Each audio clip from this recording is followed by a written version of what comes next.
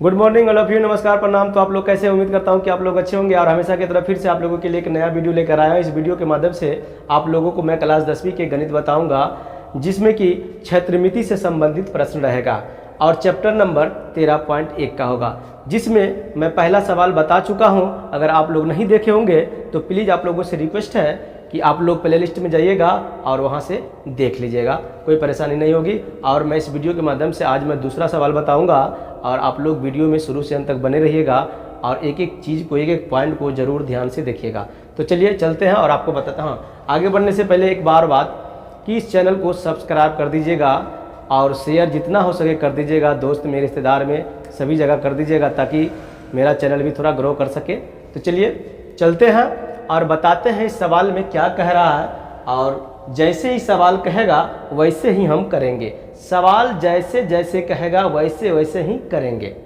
तो आपका सवाल लास्ट तक क्लियर हो जाएगा।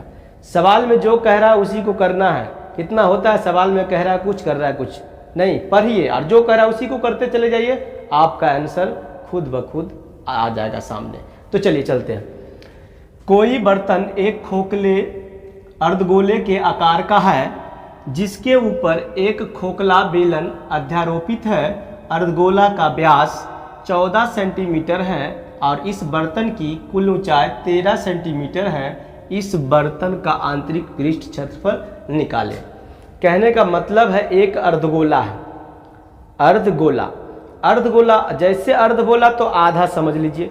अब देखिए पहले इसको बेसिक चीज को समझिए। अर्धगोला जैसे ही गोला है, ठीक है, इसको हम काट दिए तो ये आधा हो गया ना, तो इसी को हम अर्धगोला बोले। चलिए इसी को अर्धगोला बोल दिए, मान के चलिए, मान के क्या चले, अर्धगोला तो है।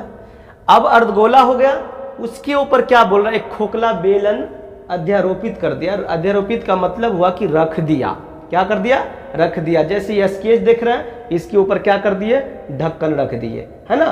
तो उसी तरीका से क्या कर दिया, इस पर खोखला बेलन बना दिया। क्या कर दिया, ये इसी तरीका से बेलन बना दिया। समझ गया, खोखला क्या कर दिया, बेलन बना दिया। तो अब ये और बेलन दोनों क्या हो गया, जुड़ गया ना, दोनों जुड़ गया। अब रही बात कि ये जो हम आपको बता दिए समझने के लिए, फिर से बनाएंगे। अर्धगोला क्या कहा जाता है, समझ गया अर्धगोला क्या होता है। अब देखिए हम यहां पर बनाते हैं अर्धगोला, ठीक है, ये अर्धगोला हो गया। इसके ऊपर हमने क्या कर दिया, एक बेलन रख दिया, ठीक है, बेलन रख दिया। क्या कह रहा है, खोखला। खोखला जैसे गिलास देखे, गिलास देखे ना, तो गिलास में भाई ऊपर से कुछ परत उरत नहीं रहता है, देखे है ना, यानी गिलास को पहले से ढका रहता है और उसको हटा के पानी पीते हैं, नहीं ना, पहले से ही खुला रहता है, वही होता है खोखला, मतलब खाली खाली, उसके ऊपर से कुछ नहीं, ठीक है। तो ये खोखला हो गया। अब रही बात क्या कह रहा है यहाँ, सो देखिए कि अर्धगोले का व्यास 14 सेंटीमीटर। व्यास जैसे यहां से ले लीजिए, ये बताते हैं, ये जो है ये और ये क्या है, 14 सेंटीमीटर, यानी पूरा व्यास कितना है इसका, 14 सेंटीमीटर। व्यास कितना है इसका, 14 सेंटीमीटर। अब बर्तन, बर्तन का मतलब क्या हुआ, ये अर्धगोला पर जो बेलन है वो पूरा का पूरा बर्तन है। अर्धगोला पर जो बेलन है वो पूरा का पूरा बर्तन है। तो यानी बेलन से लेके आई अर्धगोला यहां तक समझ में आ रहा है, देख रहे हैं, यहां हम दे देते हैं, देखिए यहां तक क्या है, इसका ऊंचाई है, कितना है, 13 सेंटीमीटर। अभी बेलन का ऊंचाई नहीं है, ये पूरा बर्तन का ऊंचाई है, समझ रहे हैं। और इस बर्तन में जो निचला भाग है अर्धगोला, उसका व्यास 14 सेंटीमीटर है, समझ रहे हैं। तो अब रही बात कि अर्धगोला का जो पृष्ठीय क्षेत्रफल होता है 2πr² होता है। तो r आ गया, सूत्र में तो r आ गया, तो r कहां से आएगा, हमारे पास r है ही नहीं, कहां से आएगा, लाना तो पड़ेगा। तो सबसे पहला पॉइंट हम क्या करेंगे, जैसे जैसे बोला वैसे वैसे हम चित्र बना दिए और हम चलेंगे सबसे पहले अर्धगोले में। क्या, कहां चलेंगे, अर्धगोले में। हम यहां पर लिख देंगे हल, क्वेश्चन को जो हल कर रहे हैं हम हल लिख देंगे अर्धगोले में। कहां चलेंगे, अर्ध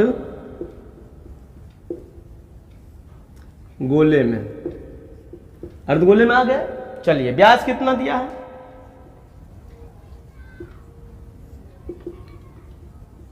14 सेंटीमीटर। अब रही त्रिज्या निकालना है ना, तो त्रिज्या हम निकालेंगे। क्या करेंगे हम, त्रिज्या हम निकालेंगे। तो चलिए ये छोटा सा चीज है त्रिज्या, शायद आप लोगों को मालूम होगा, शायद नहीं, हम तो जानते हैं कि पूर्ण रूप से आप लोगों को मालूम होगा कि त्रिज्या का फॉर्मूला सूत्र किसको नहीं मालूम है। तो क्या करेंगे, व्यास बट्टा 2। क्या करेंगे, व्यास बट्टा 2। अब रहा बात कि 14 दे देंगे और 2 दे देंगे, समझे। तो 2 सत्य 14, तो हमारे पास त्रिज्या कितना आ गया, 7 सेंटीमीटर। हमारे पास त्रिज्या कितना आ गया, 7 सेंटीमीटर। अब रही बात, अब इसका अर्धगोला का जो निकाल लिए, तो करना क्या है, अर्धगोला को हम अलग से भी निकाल सकते हैं और बेलन को भी अलग से निकाल सकते हैं, और लास्ट में अंत में जाके बर्तन का पृष्ठीय क्षेत्रफल, आंतरिक पृष्ठीय क्षेत्रफल बराबर में करके इन दोनों का जो पृष्ठीय क्षेत्रफल होगा उनको जोड़ सकते हैं। और एक बार भी लिख के हम क्या कर सकते हैं, क्या बोलते हैं, बर्तन के पृष्ठीय क्षेत्रफल लिख के और दोनों को जोड़ सकते हैं। ऐसे भी कर सकते हैं, जो कि हम बारी बारी से आपको बताएंगे दोनों तरीका। फिलहाल इसको जानिए। तो अब अर्धगोले के पृष्ठीय क्षेत्रफल निकालेंगे, इसीलिए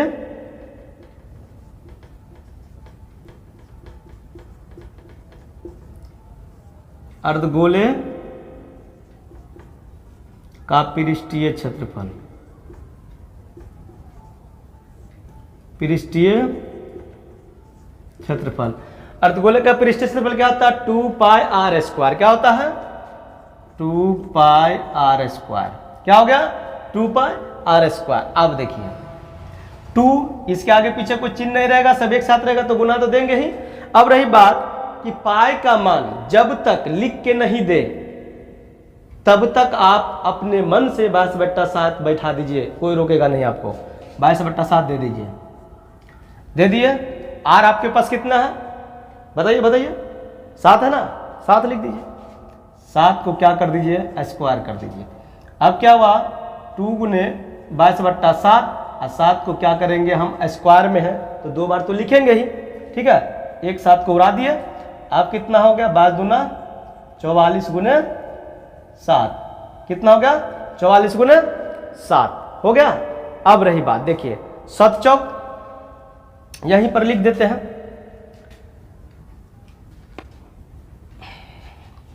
यहां ले आते हैं इसको उठा के, 44 गुने 7, ठीक है।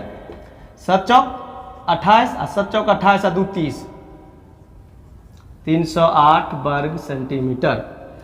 यानी अर्धगोले का पृष्ठीय क्षेत्रफल आपके पास कितना आ गया, 308 वर्ग सेंटीमीटर। इसका क्लियर। चलिए अगर आप लोग स्क्रीनशॉट लेना चाहते तो ले लीजिए, क्योंकि काम अभी बहुत सारा बाकी है इसमें। एक के तो निकल गया, चलिए ठीक है। अब हम इसको क्या करेंगे, इसको रखकर, क्षेत्रफल रखकर बाकी को हम क्या कर देंगे, मिटा देंगे। चलिए ठीक है, ध्यान से देखते रहिए, अगर स्क्रीनशॉट लेना है तो लेते रहिए। चलिए इसको क्या कर दिए हम, मिटा दिए, मिटा दिए। आपके पास त्रिज्या 7 था, पहले से ही मालूम था। अब चलेंगे हम बेलन में, क्या करेंगे, बेलन में क्या करेंगे, बेलन में, बेलन में आ गए। अब बेलन का काम करेंगे। तो बेलन में भाई यहां जितना इसका त्रिज्या होगा ना अर्धगोला का, उतना ही त्रिज्या होगा बेलन का। अब देखिए तो त्रिज्या है आपके पास कितना, त्रिज्या को आर भी लिख सकते हैं। त्रिज्या कितना आपके पास, 7 सेंटीमीटर।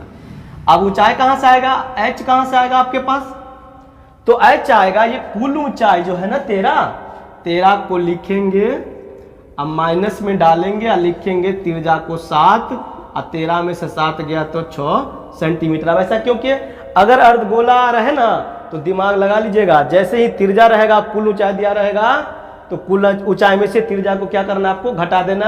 आपका वो बेलन का निकल जाएगा, शंकु का निकल जाएगा, जो भी रहे उसके ऊपर अध्यारोपित रखल, उसका ऊंचाई निकल जाएगा। तो चलिए 6 सेंटीमीटर हो गया। तो हम फॉर्मूला इसका क्या चाहिए, सूत्र इसका क्या चाहिए हमारे पास, तो देख लीजिए। तो बेलन का सूत्र हमारे पास क्या चाहिए, बेलन का पृष्ठीय क्षेत्रफल, पृष्ठीय क्षेत्रफल तो पृष्ठीय क्षेत्रफल क्या होता है 2 पाई आर एच। 2 पाई को तो हटाइए, आर एच, तो हमारे पास आर एच है, आ गया ना। तो चलिए, तो 2 पाई आर एच हमको चाहिए जितना आ गया।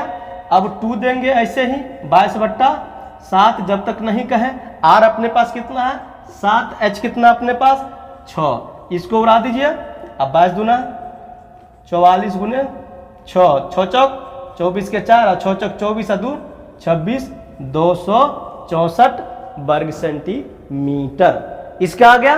चलिए, हम क्या बोले थे कि बारी बारी से निकाल के एक बार दोनों को जोड़ दीजिएगा तो इस बर्तन का जो है आंतरिक पृष्ठीय क्षेत्रफल निकल जाएगा।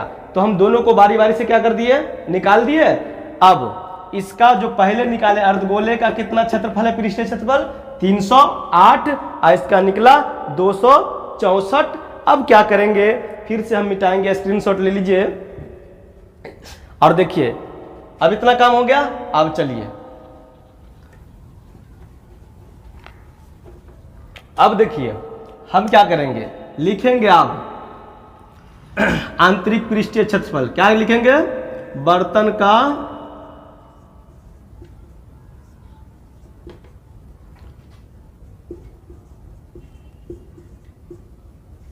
आंतरिक पृष्ठीय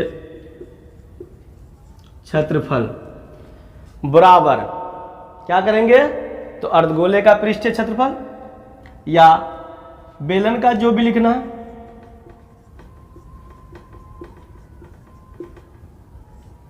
अर्धगोले का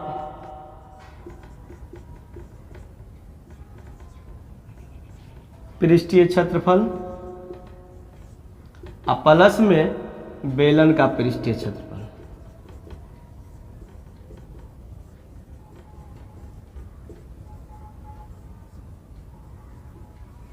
हो गया। और बेलन का पृष्ठीय क्षेत्रफल कितना हो जाएगा 264, कितना हो जाएगा 264। ठीक है।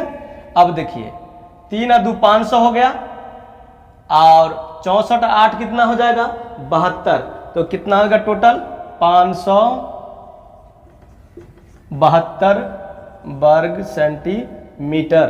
तो आपको पूर्ण रूप से मुझे उम्मीद है कि समझ में आ गया होगा। आप लोगों को बताए थे उसमें कि दोनों को अलग अलग करके निकालिए और एक साथ जोड़ दीजिएगा तो इस बर्तन का पृष्ठीय क्षेत्रफल यानी आंतरिक पृष्ठीय क्षेत्रफल निकल जाएगा, जो कि हम निकाल के ही बताए हैं। और इसी सवाल को हम एक साथ करके एक ही बार में खत्म कहानी कर देते हैं, जो कि आप लोग देख लिए। बर्तन का आंतरिक पृष्ठीय क्षेत्रफल जो निकाले हैं, तो अर्धगोले का पृष्ठीय क्षेत्रफल और बेलन का पृष्ठीय क्षेत्रफल निकाल के हमने जोड़ दिया था। क्या 308 को और 264 को, तो 572 आया था। अब क्या करेंगे, हम एक ही साथ में बना सकते हैं इसको। देखिए अर्धगोले का पृष्ठीय क्षेत्रफल क्या होता है 2 पाई आर स्क्वायर और बेलन का पृष्ठीय क्षेत्रफल 2 पाई आर एच। इसमें क्या करेंगे, हम 2 पाई आर को कॉमन ले लेंगे। आप कैसे दोस्तों देखिए 2 पाई आर ले लिए तो एक आर इधर है, आर स्क्वायर है, तो इधर क्या हो गया आर बच गया, एक इधर प्लस कर दिया। 2 पाई से 2 पाई कट गया और इधर क्या हो गया आर से आर कट गया, तो बचा क्या एच। इतना तो आप लोग पहले से भी जानते होइएगा कॉमन के मतलब। अब रही बात 2 गुने 22/7, आर आपके पास 7 था पहले बता चुके थे, अब फिर से आर 7 दीजिएगा, एच आपके पास 6 आया था। ठीक है। अब क्या करेंगे, 7 को उड़ा सकते हैं, कोई दिक्कत नहीं। कितना हुआ 22 दूना 44 अगुने 7 और 6 कितना होगा 13।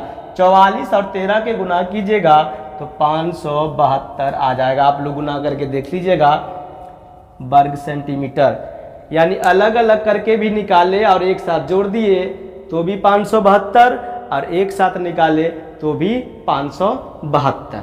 ठीक है। रही बात ऐसे निकालना होगा आपको, तो पहले त्रिज्या निकाल लीजिएगा और जो कुल ऊंचाई है 13 उसको क्या करिएगा, बेलन की ऊंचाई निकालने के लिए कुल ऊंचाई 13 में से क्या कीजिएगा त्रिज्या को घटा दीजिएगा तो बेलन का ऊंचाई निकल जाएगा। बस ऊपर में आपको इतना निकालना है और ऐसे ही लिख देना है बर्तन का आंतरिक पृष्ठीय क्षेत्रफल बराबर इस बेलन का और इस अर्धगोले का पृष्ठीय क्षेत्रफल।